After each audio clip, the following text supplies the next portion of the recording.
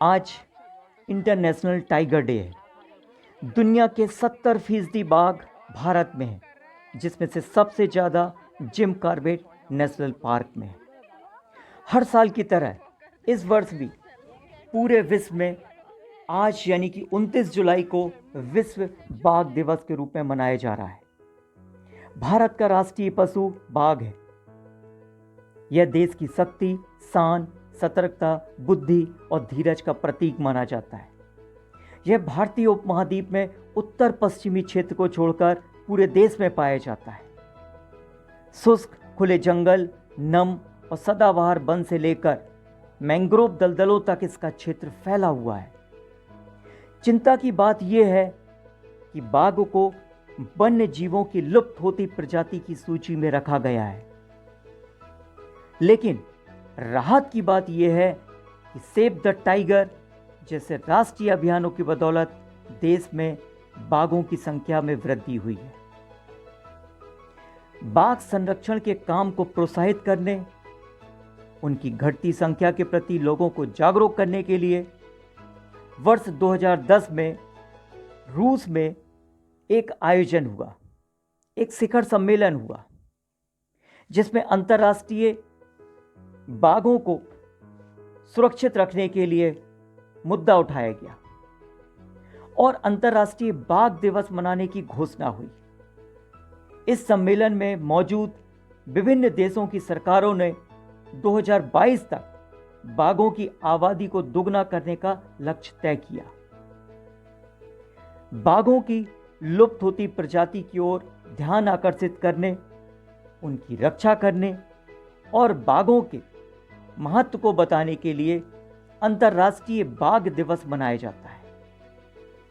Wild life protection society of India की report के मुताबिक साल 2016 में 120 बाघों की मौत हुई थी, 2017 में 116 और 2018 में 85 बाघों की मौत हुई।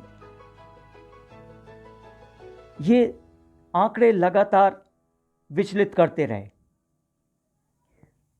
वर्ष 2015 में 80 बाघों की मौत हुई थी, जो कि 2006 के बाद एकदम से उछाल आया और 2016 में संख्या बढ़ गई। तो इसको लेकर के सरकार काफी जागृत हुई। इस दिवस के जरिए बाघ के संरक्षण के प्रति जागरूक किया गया, हर व्यक्ति को जागरूक किया गया। बाघों को लेकर के एक बहुत अच्छी खबर आ रही है। वो क्या है? बाघों के बारे में यह जानकारी आपको खुशी प्रदान करेगी कि देश में बाघों की संख्या बढ़ गई है। विश्व बाघ दिवस की पूर्व संध्या पर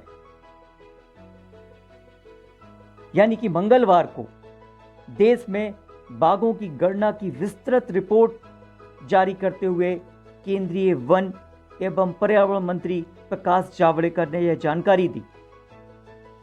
उन्होंने बताया कि दुनिया के 70% बाघ भारत में मौजूद हैं। मालूम हो कि बाघों की गणना की प्रारंभिक रिपोर्ट पिछले साल ही आ चुकी है। इसमें देश में बाघों की संख्या में भारी बढ़ोतरी का खुलासा हुआ था। वर्ष 2018 की रिपोर्ट के तहत देश में बाघों की संख्या बढ़कर 2967 हो गई।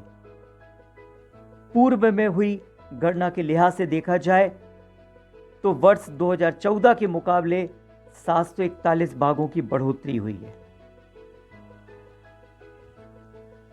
अन्य देशों को भी मदद करेगा भारत, ऐसी घोषणा की गई है। बाघों के संरक्षण को लेकर भारत अब दुनिया के दूसरे देशों को मदद करेगा।